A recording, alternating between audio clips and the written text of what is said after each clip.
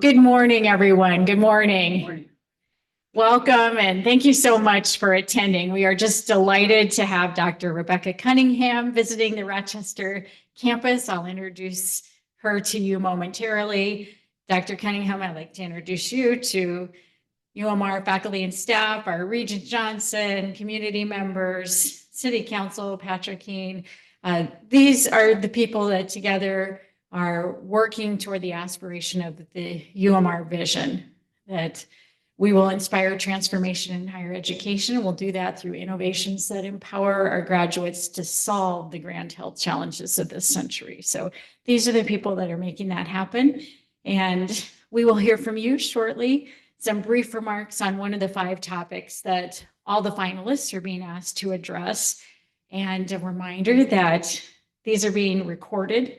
So you can go out and view each of the finalists talk on each campus as they make their way around our big state. We'll spend the rest of the time in this session after the remarks with some questions from all of you. We have a few questions that have come in advance. We'll take questions online as well.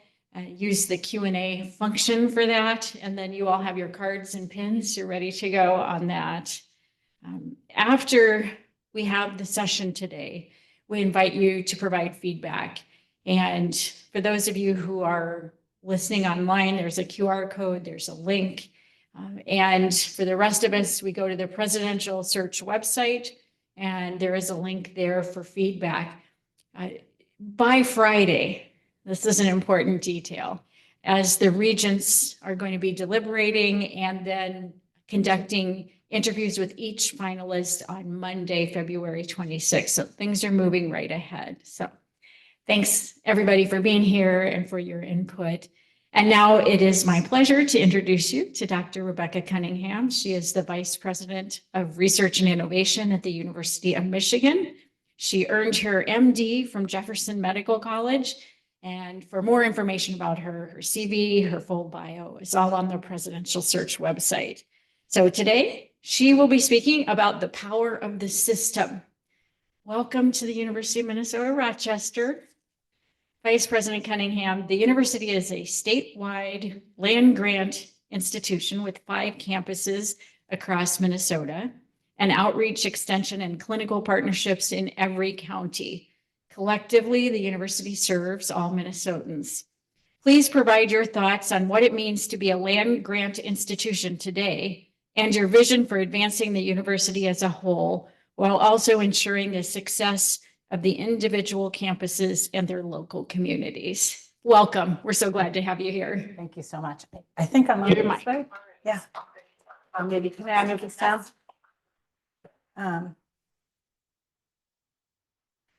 Great. Well, good morning. Good morning.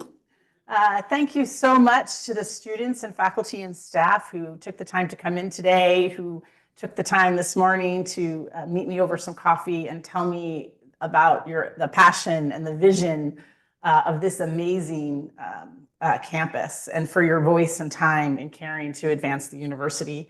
I want to thank the regents, both in the room and broadly, for the opportunity to come to each of the campuses. And I'll tell you in a minute why I think that's really been so important. Also to our board staff, we've had a lot of fun driving around the state. The local staff here, we might need the name of like our bands, our tour band, that's separate, who have made this whirlwind logistic tour possible. Also the staff here that has helped set this up this morning. It's just been an amazing opportunity. I promise I'll answer the themes and the prompts, but maybe in a moment from now. And I will answer them not just theoretically or by sharing my views, but really sharing with you some of my lived experience that I bring to this position that you might not read on my CV. And the same way that I can't possibly know this campus or know the passion on it by reading your website alone, although the marketing people are very good. I just had a great conversation with them. But you really have to be here to know that. And in the same way, we have to talk together before you know what my CV really is and who I am and my actions to live those values and beliefs. And the best way to understand how I lead University of Minnesota would be to understand who I am and where I've directed my efforts in the past. And the first thing I'll say is it's great to be back in Minnesota. My Cunningham family has deep ties to the University of Minnesota. My late father-in-law was on faculty in the Twin Cities for 40 years. He was a gifted educator and passionate about the environment, leading the way on educational textbooks on the environmental science at the forefront of the field, often with references to the local Minnesota land. He passed that passion on, both of a sustainable future for Minnesota and a love of Minnesota, to his family, and then to me and our children, his grandchildren. For decades, we've shared and centered our three daughters' family time, often here paddling the boundary waters with many summers and cross-country skiing in the lakes in the winter. I have a lot to learn yet about Rochester and Minnesota, but through years of experience, I have grown a deep affection for the state and region that will be with me long before and long after this opportunity. What I do know is that amazing mission is your devotion to training the health workforce of tomorrow, near and dear to my heart, for the state and the nation, and for promoting transformation of higher education through innovations that empower. I love that you have empower in there, to solve the grand health challenges, and there are many, of our time and for the future. For this campus, I bring to the position experience as a clinician with health policy experience, also health administration experience, a health sciences educator, also of undergraduate through graduate education in the classroom, and of course, hands-on practicum, as well as supporting biomedical research and interprofessional education, both locally and globally. Beyond my MD and my clinical roles, I have been faculty in supporting undergraduate education and education across campus at all levels in my faculty role in public health, as well as teaching at the bedside and the clinic. At the department level, where I first had administrative roles, I was responsible as research chair for the academic and research portfolios of 100 faculty with clinical duties across 3 health sites, some in our health system, some in partner health systems. Does that sound kind of familiar? In a myriad of ways. But most importantly, I've walked in the shoes of our healthcare staff and our providers at 6 in the morning, at 2 in the morning. I've advanced areas national policy to support the health of our communities. And I've worked on the forefront of healthcare, and I understand what our healthcare givers have been through these past years. I had just recently stepped away from clinical care. I practiced for 20 years, when a little bit more actually, when COVID hit.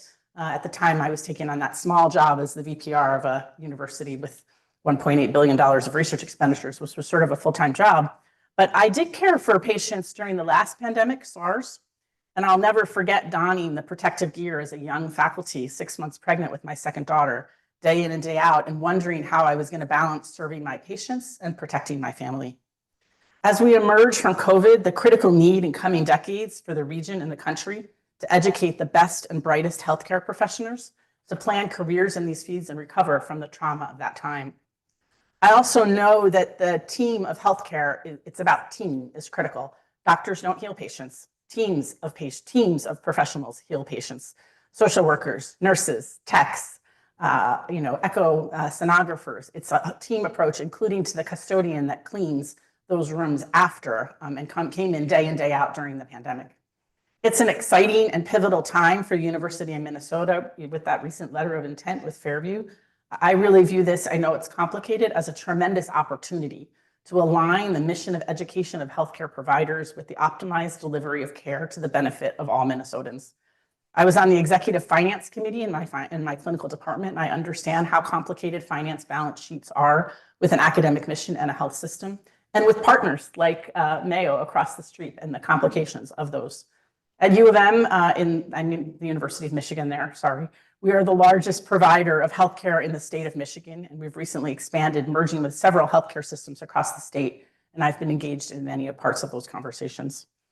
I also bring to my perspective here as the first in my family to attend a residential college with the support of Pell Grants, and this is what transformed higher ed, my life, out of economic hardship. In return, like many in my shoes, I've had a commitment first through service of healthcare and then through higher education leadership to give back to underserved communities like the ones that I grew up in. This latter point informs my view and passion for public universities and the land grant mission. Currently, I have 5 years of experience at a Big Ten AAU Midwest public with a large and expanding healthcare system. Does that sound sort of familiar? In this way, I'm a bit bilingual. I speak both the language and know the culture of health, but I've also speak the culture of campus and undergraduate higher education and the complications of major research activity. But in regard to this prompt, which I did promise you that I would get to, on what it means to be a land grant and the power of the system. You know, what the Morrill Act established that land grants was just extraordinary as it changed higher education. That act legitimized and funded a liberal and practical curriculum and research agenda. Going forward, college education would not be an exclusive privilege of the wealthy.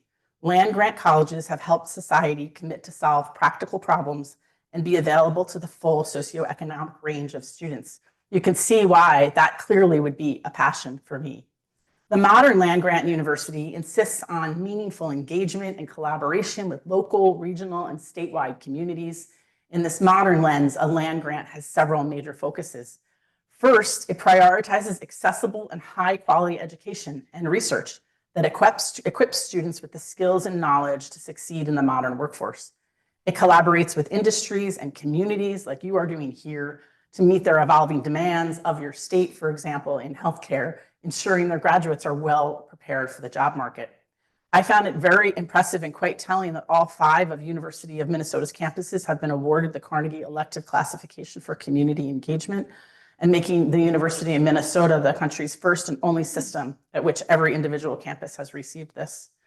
The second is service to the state. To serve, to serve, to serve is the mission of a land grant, one of the core principles of a land grant mission and natural for healthcare professionals.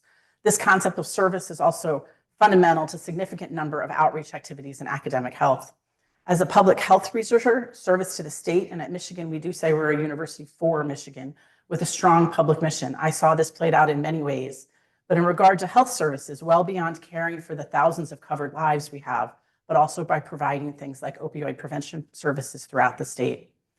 A third way a major land grant is committed is through environmental stewardship to the local communities, and I had a great opportunity to talk about that at Morris and Crookston and Duluth. And then the last is our focus with the extension services. The full system, in addition to extension, research, and outreach centers, in partnership with each of Minnesota's 87 counties, the University of Minnesota truly lives this mission for all Minnesotans with public engagement and community partnerships, critical to the teaching, research, and outreach missions. And conversely, community engagement deepens the learning, and I know that's dear here, and it is dear to the way I think about all research being intertwined with education.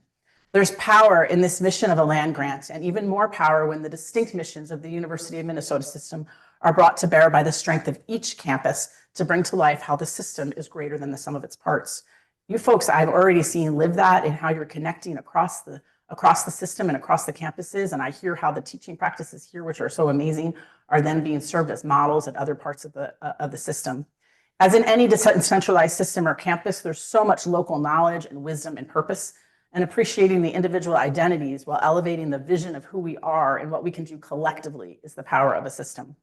When working optimally, the system also provides connections, cross supports, threads that elevate all, and I see Rochester really maximizing those.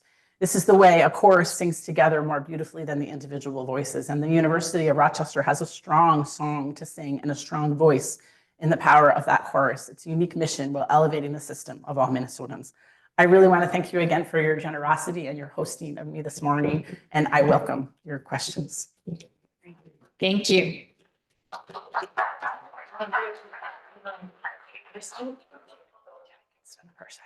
Great, thank you so much.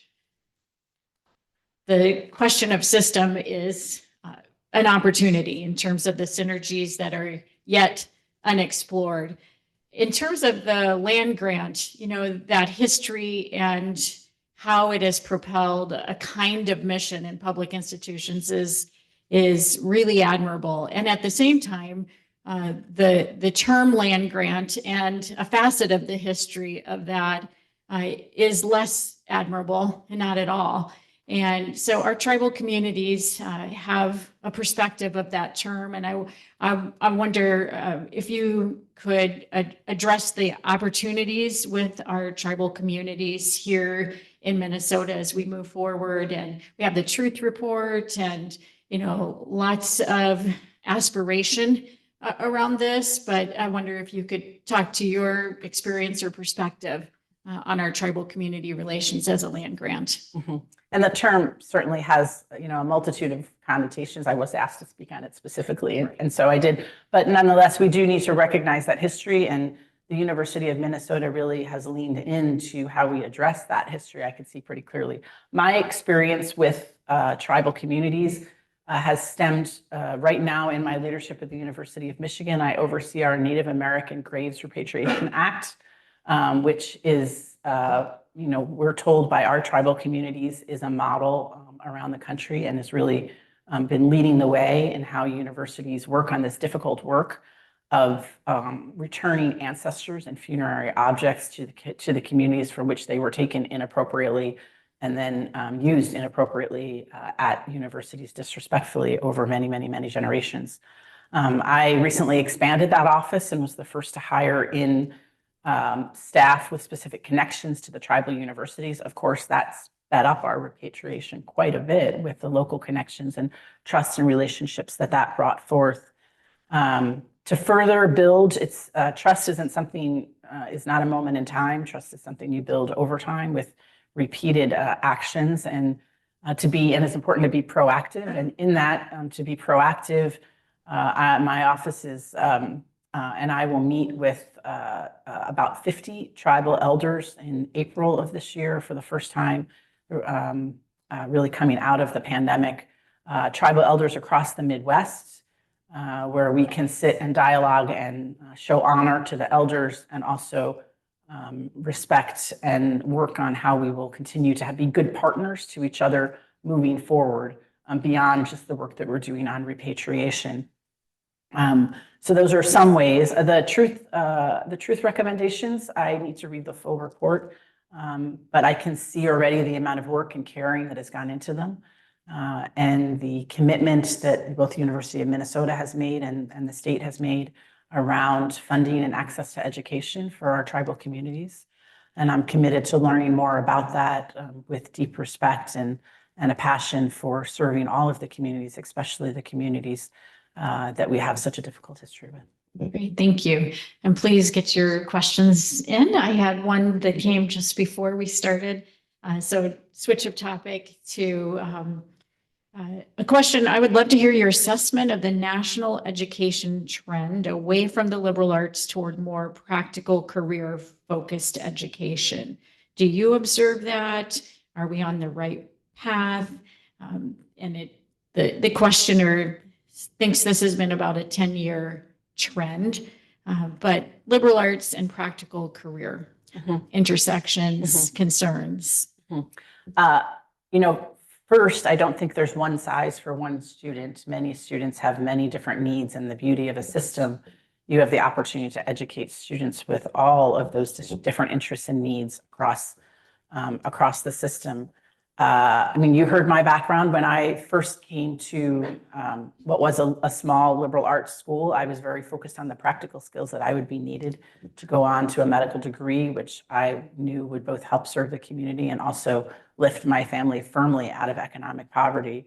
I don't know at the time that I really understood at all what a liberal arts education was or why it was of value. I certainly learned that in the writing skills and the philosophy skills and the core curriculum and sociology and other things that I got during that time, which have been completely invaluable for communicating for me going forward. However, that's not right for every student. And the opportunity to provide streamlined, I know in here you're talking about I'm not going to get the term right, but the 3-in-1 program, to provide streamlined education for some students is also really valuable. And it would be, I think in some ways, elitist to think that we can have one type of education for all of our students and that they have different value. The value of coming to school and obtaining a liberal arts education is a tremendous opportunity. There's also a value to coming through school and learning and getting some core curriculum and learning very quickly the practical skills that we need to move forward. The university system, and it has been an amazing opportunity to see the mission across all the different schools at the university here, has the opportunity to provide, to serve those needs of all the students, regardless of which of those paths feels best and right for them. So I think we need to respect both. Thank you so much. So another question. How can you imagine keeping your idealism and ideals when running and working in a huge system like the University of Minnesota? Well, it's worked pretty well for me for the past 5 and 7 years. So, the system I run right now, the research enterprise, crosses 3 campuses in a system type way. We run a student population and a research and education population that's very similar now, and I promise you, no less complex.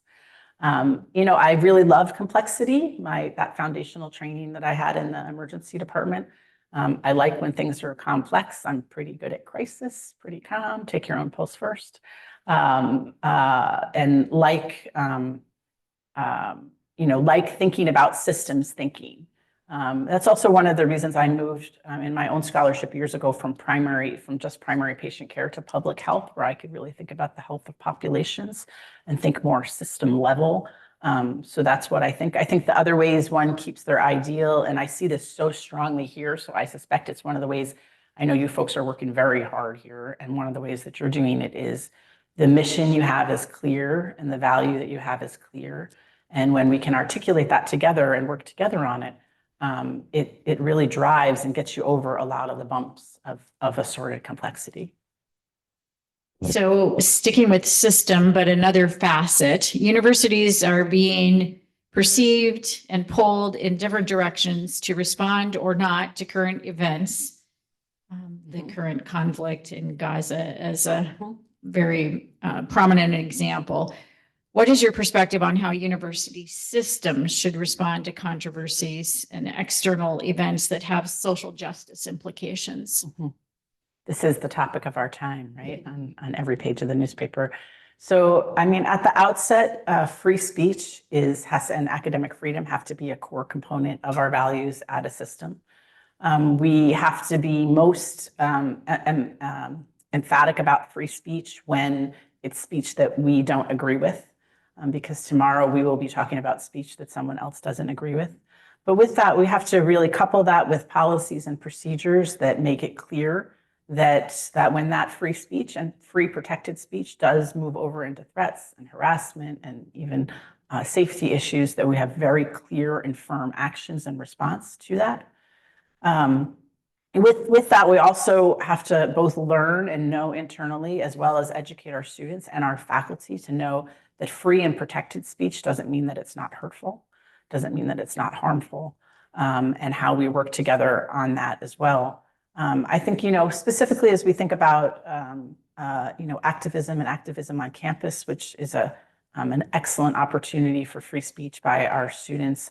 It's our job to educate our students as citizens and to think about what are the rules of engagement for protests that's effective and activism that's effective? What are the rules of engagement for if you are you on the other side of that protest? Also, we spend a lot of time in our student life activities focusing on doing coaching with those groups ahead of time on both sides of whatever the current issue is. And, today the issue is the Middle East. I promise you, if I'm here in 5 years, we will have a different, equally passionate issue. Our students are always very engaged, and our faculty in social justice issues. And I, too, am passionate about them, and those will continue to be present. And we have to think about how we work from day to day. At the institutional level, I think we have to take some care in, you are not hiring me specifically to be an expert on this topic or on the next topic that will be like this. And we have to take some care for when the differences between individual speech by students or faculty and when that moves to organizational statements that have the ability to make a statement that is not going to fully reflect the views of our campus.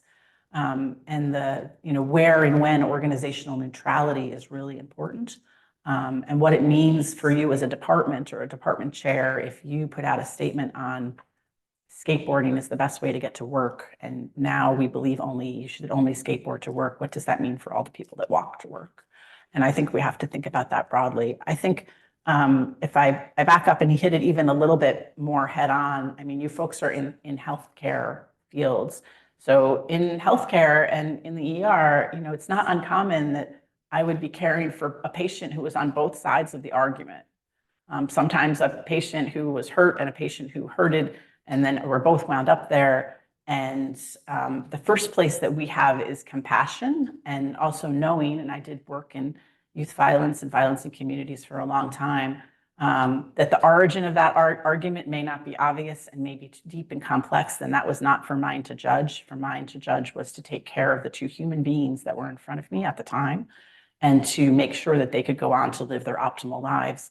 We have a very complex situation right now, certainly across the Middle East, and I can hold both truths to be clear, that there's value in human life on both of those sides, and that we have to respect that, and that the lives have equal weight of human value, and that our job is both the compassion, and in education, our job is to support our communities in the same way that my job in the hospital is to take care of the people who in front of me are hurting. And I think that's some of the job for us to be thinking about moving forward.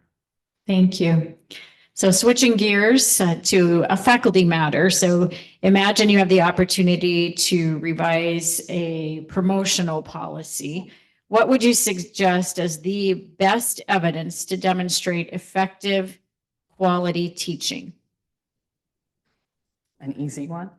I have revised some promotion policies. Actually, we have a team science track at the university, and that team science research scientist track, for example, which I oversee, required modernization. Team science is different now than it was 20 or 30 years ago.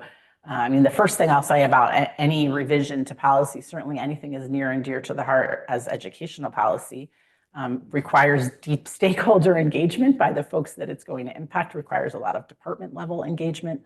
How we value the tripartite mission for whatever that promotion is, obviously is somewhat different across our campuses and different across our departments. And those individual pieces really have to come together at the department level. So I certainly couldn't answer for you how to set policy around the particular educational components that are most important to a local department.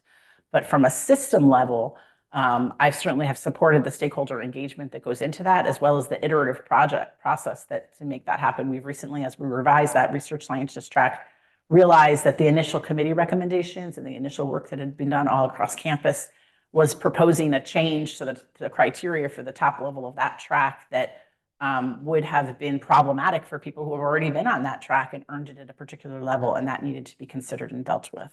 So it's a little roundabout. With your permission, you mentioned you're a first-gen student. Did you have a teacher who was exceptional that you could tell us about? Maybe we can extrapolate from that. That's a good question. Yeah, I several teachers along the way, and I think you're talking about pre-college that helped, or whatever along the way. Yeah. So I'll pick one of both. One as a teacher and one as a mentor. For me and for growing up, the neighborhood and safety and economic hardship that I was in made school my safe place. And so school was where there was food and safety and shelter and really smart adults who cared about me. And so many adults in that childhood time were key towards helping me move forward. At the high school level, I'll pick something that is really important to a lot of our students, and it helps them make a jump to college, and certainly helped me was I was in sports, and my coach and the diving team at the time gave me that one-on-one mentorship. Gave me, was an adult that had clearly moved through a track to college and helped me understand what those possibilities were and guide me and cared about me and saw me every day in and out and was an invaluable mentor.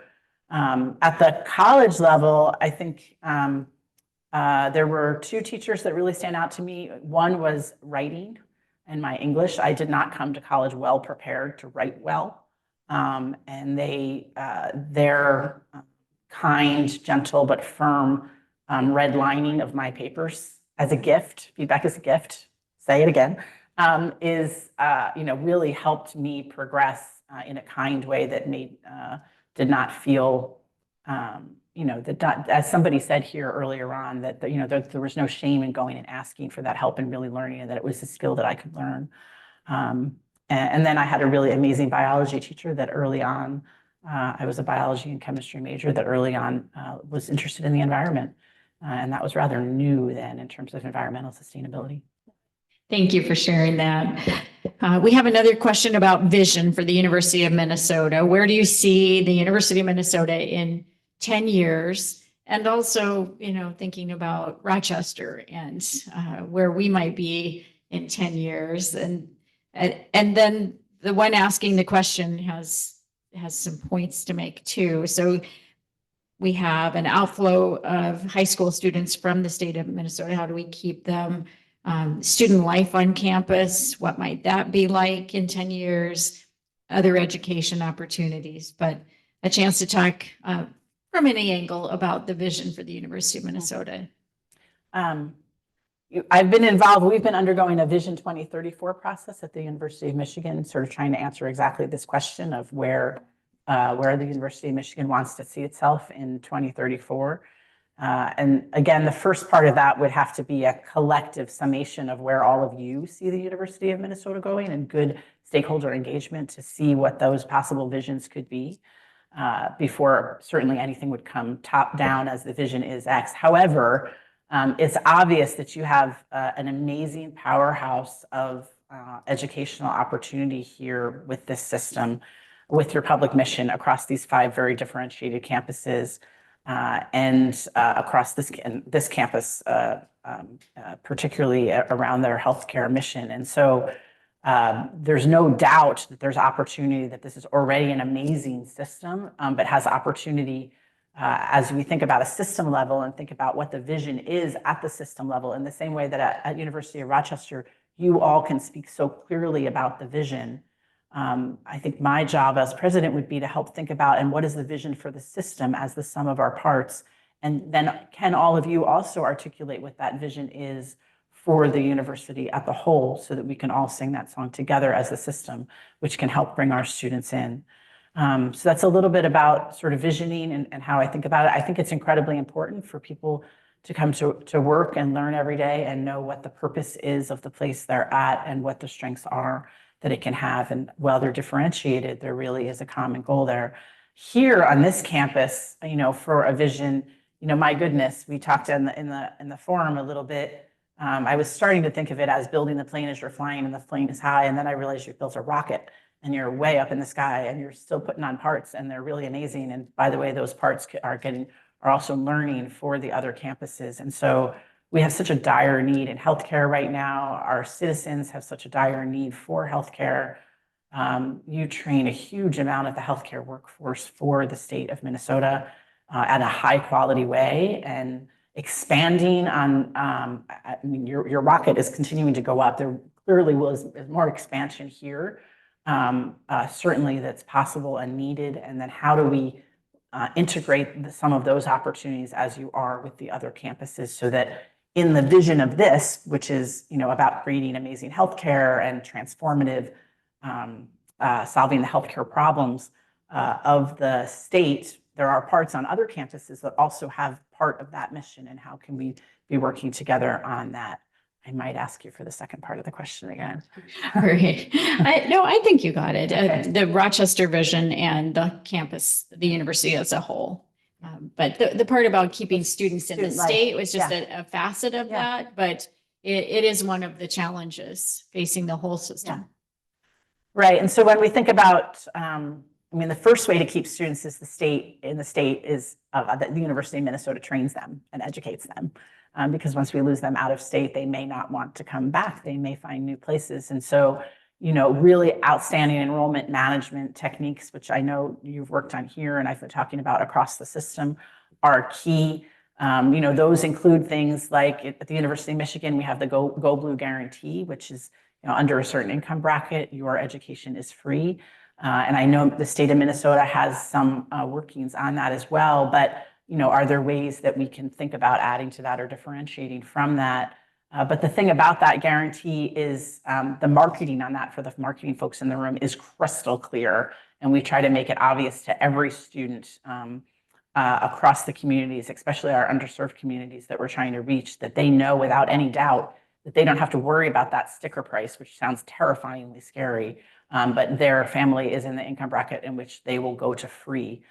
go to school for free. And the more clear we can be about that, and part of our mission is then how we'll get the students in Minnesota to be here. And once we get them in Minnesota to be here with other enrollment management techniques as well, then they're less likely to be leaving the state. The other way we get students to stay, obviously, is the amazing jobs and economic development of the region. I don't talk about maybe in other different places. I've been very involved in economic development strategies and how those fit in with our research university at the University of Michigan. A university system like this plays a huge role in the economic development of the region. And I know I have somebody here from the city of Rochester, right? I think we could agree, tremendous mutual benefit there from our education mission with your economic development mission. And when that grows, all boats rise, and then there are students, there are jobs here and opportunities here and families here, and then families move here. And by the way, those families that move here have students that need to be educated with that affordable Go Blue guarantee or whatever the Minnesota version is that we have. And so there's this really nice kind of synergy. You mentioned student life, and I think that's really important too. You have these cohort models here, which is really important. But the student life activities, the sense of belonging is incredibly important. And things we learned from COVID is how important it is for that human connection and that sense of belonging in a community where we're all accepted for who we are, with inclusion that's broad, that includes certainly, race and socioeconomic status, but also religion and sexual identity and veteran status and all the ways that we think about inclusion and having those be welcome with belonging is truly key. But then having the student activities that bind people together are also really important. If you think back, do you still get together with the people that were in your biology class, or do you get together with the people that you played rec soccer with and that formed a team with? That's the way we form our communities, and we go and we meet again over years. And so that sense of community then gives us a sense of belonging, also to an affinity for the university also, because that's how we bonded around those student activities. And so I think they're really critical. Thank you so much. This next question was written before your answer, but it sounds like it flows perfectly. Referencing what you just said about the whole is greater than the sum of the parts when describing the system. Agreed. However, with diminishing resources and reduced numbers of incoming students, the parts can end up competing with, even consuming each other. How would you approach supporting the whole? And I think you're really talking here about, solid enrollment management strategies. So the demographics of 18-year-olds are certainly decreasing. That's true everywhere. First I'll take it to the high level question of, what's the answer for a president of a system to be thinking about, is to be thinking with the chancellors about what is not just growth, but what's the optimal size for you to deliver your mission in the best way possible. Our optimal size is not our peak size always. Now, for you folks here, you're on this crazy trajectory, and so that's a little bit different. But for other campuses, our optimal size might not be the optimal size we had when we were peak. And the wise woman who told me that the optimal size for my jeans right now are not the optimal size they were when I was in high school. We have to think about 2024 and what's the optimal size for us now, and what's the optimal size for us in 2030. And then we have to work with a strategy towards and a vision towards that. And then with that, we have to think about aggressively recruiting and recruiting in ways with knowledge. Who exactly is our market? Who exactly are our competitors? Let's articulate that really clearly. Let's understand what our competitive difference is, and then work towards that, and then work towards that in the communities that make the most sense to target our efforts, because these are boots on the ground issues that have to be managed. And that means working closely with high school counselors, working closely with community groups, working closely with faith-based groups and communities, wherever the trusted, credible messengers are for that community, helping them to understand what the message is, the song that we're singing, on why we're different, and what our competitive advantage is, and then how we can sort of move forward together. And getting that right at the high level of strategy saves a bunch of resources in running around in different manners. And that's, I think, the role of the system. There certainly might be opportunity to be thinking more about system level organization and enrollment strategies and how we need to stop competing with each other and think about the University of Minnesota as a family and think about how we're going to stay safe in the neighborhood as opposed to be competing with each other. And there are differentiated missions here. And in addition to you folks speaking so articulately about the amazing vision and mission here at the University of Rochester, it'd be great if when the right time comes, we also can sing what the song is for the student that's really best served at Morris or best served at Duluth, and think about that and have them do the same. And in that manner, we can think about as a system how we're rising all boats, because as the system rises, then the system, resources rise, all boats rise. And so in some ways, we have to move away from a competitive sibling mentality and start thinking about the family. Thank you so much. Now, I just really love this next question. The pandemic reinforced a principle that we understand, and that is that for our students to flourish, faculty and staff also need to flourish. And the question is, what, if any, is the role of university leadership in cultivating joy in the system? Joy we have to find joy in our work. We spend far too many hours at work. If we're not having joy while we're here, we can't simply, even if the part of your work is contributing in a modest, repetitive way in some manner. We have to find joy in that. That joy often happens with the relationships of the people around us and the morale of the people around us and the connections of the people around us. And also, I find, for folks in my organization, and I have folks deep down in compliance, looking at very fine details of contracts and such, having them understand where they're connected and how that work connects to a larger mission gives us purpose. We all do better with purpose when we're moving forward at the day. And so I think at the system level, what that means is when you show up to work on whatever campus you're at, you understand what mission you're serving, what that means. On the research side, I often will connect those compliance duties back to, by the way, that allowed this project to happen, which served this many people, which found a cure to X or helped this many students, achieve this knowledge. When we can connect those through threads, we have more purpose in our daily job and our daily work. And so at the system level, with the chancellors thinking about what is the collective vision that we serve, with that land grant mission, what is the collective mission? What does the end result of success look like for that? When we can articulate that we are the premier educator for Minnesotans, both in healthcare and in sustainability, and in creating new knowledge, and when we can commit clearly and say and be proud that what we're doing every day, no matter how menial that job is, creating that premier education and knowledge generation, then we can be proud and we can move forward with more joy and humor, like many in healthcare, is really important, especially when things are hard. So humor at whatever is going on is a critical part of coping too. Thank you so much.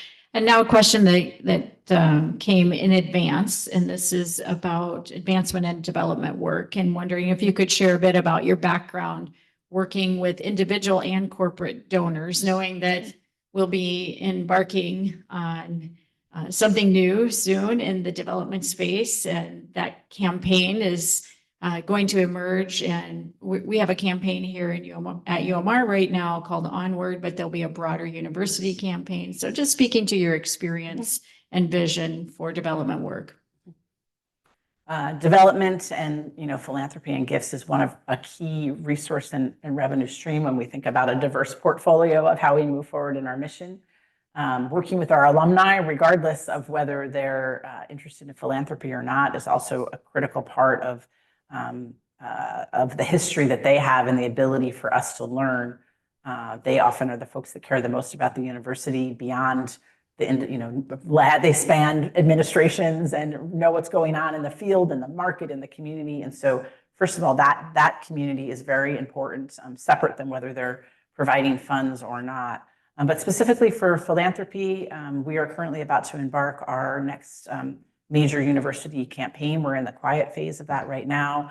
I've been on the executive committee for the past year and a half as we plan that, working with the involved in all the decisions around the marketing and the branding and how we're coming up with those themes and what we're going to do to advance that moving forward. So at the committee level, individually, I've worked with donors and major gift donors on launching new institutes, on launching new initiatives, $20, $50 million gifts that have transformed individual initiatives over time.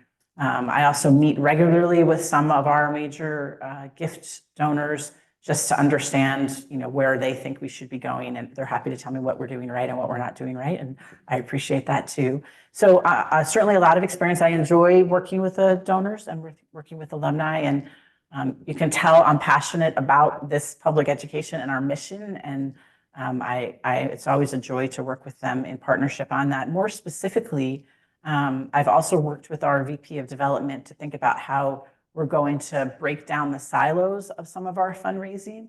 So many of the things that are most exciting when you talk about transforming the future of healthcare and the biomedical field cross fields, might even cross schools.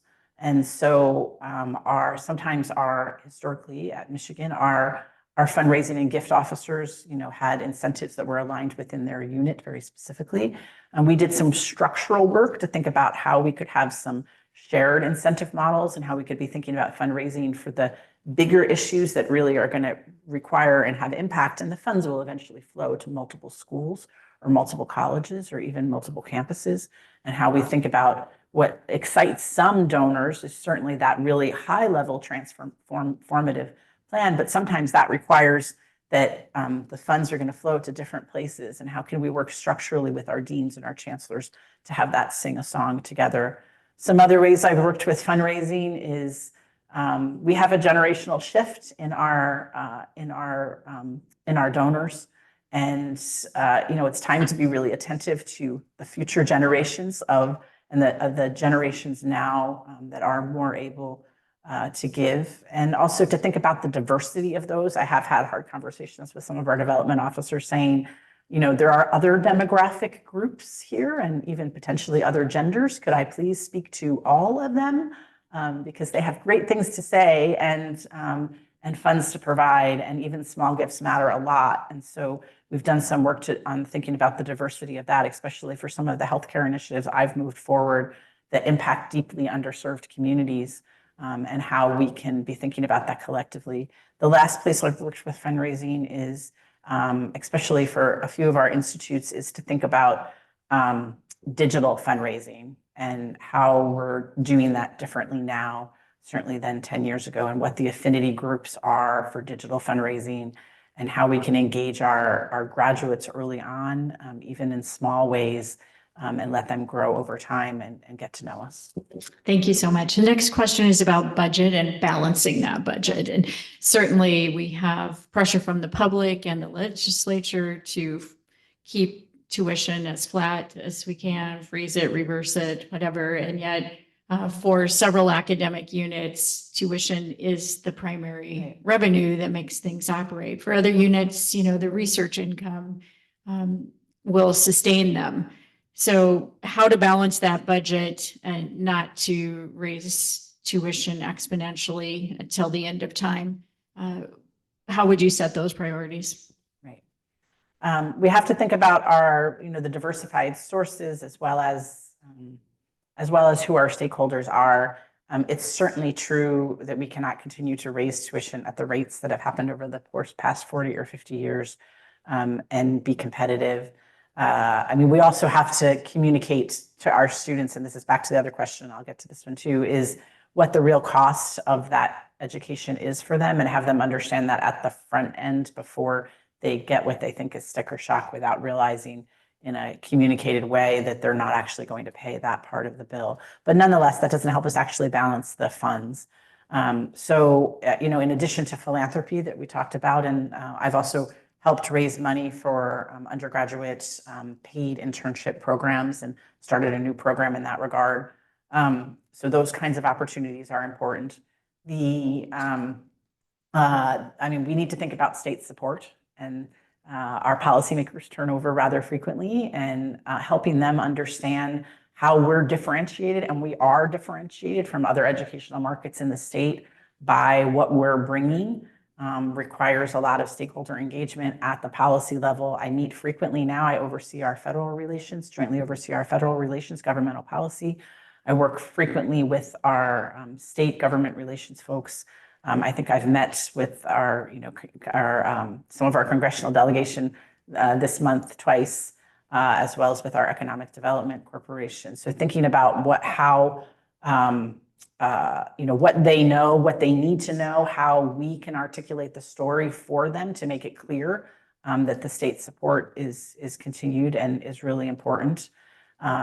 With that across the system, back to that optimal size, we can't just continue to raise tuition, and enrollment management is the solution to some things, but not all. But knowing again what's the right size for us there is really important.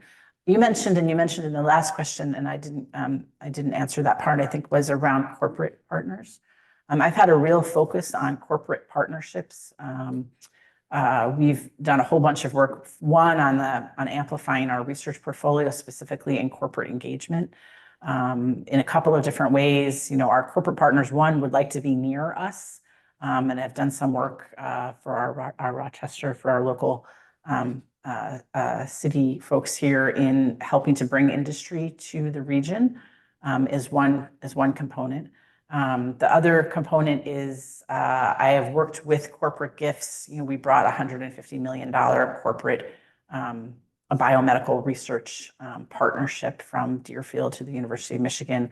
I've worked with corporations on public-private partnerships in terms of, we have a group of a bunch of work that's happening at one of our transportation hubs that is really run by and supported by an industry board. And that industry board has supported 85% of that work that's going on.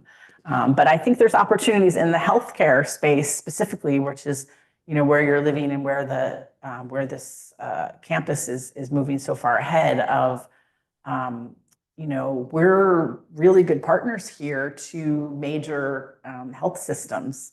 And what's the value of that partnership for them? And how do we think about articulating that with them so that we can be mutually assured that it can continue and continue to rise by good conversations on the value that you're bringing, which is tremendous to the local health systems and to the state. Okay, thank you. The next topic is on mental health, student mental health, and your thoughts on how we can continue good work that we have already in motion, the President's initiative on student mental health, to support student mental health as the diagnoses are increasing and the staff we need are decreasing. This is certainly a central challenge of the current time and probably into the future.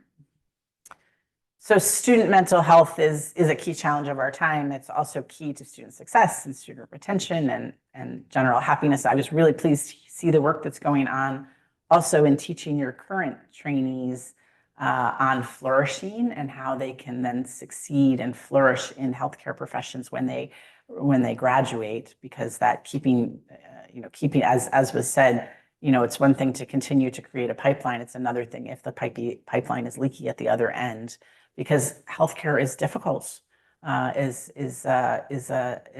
really important, but also requires attention to one's own mental health and well-being. So on the student level, for those that scroll way back in my scholarship, my earliest work was all on undergraduate and early adult mental health and mental health access, specifically around addiction and depression, and how we could extend that access further. I was doing that work in the early 2000s.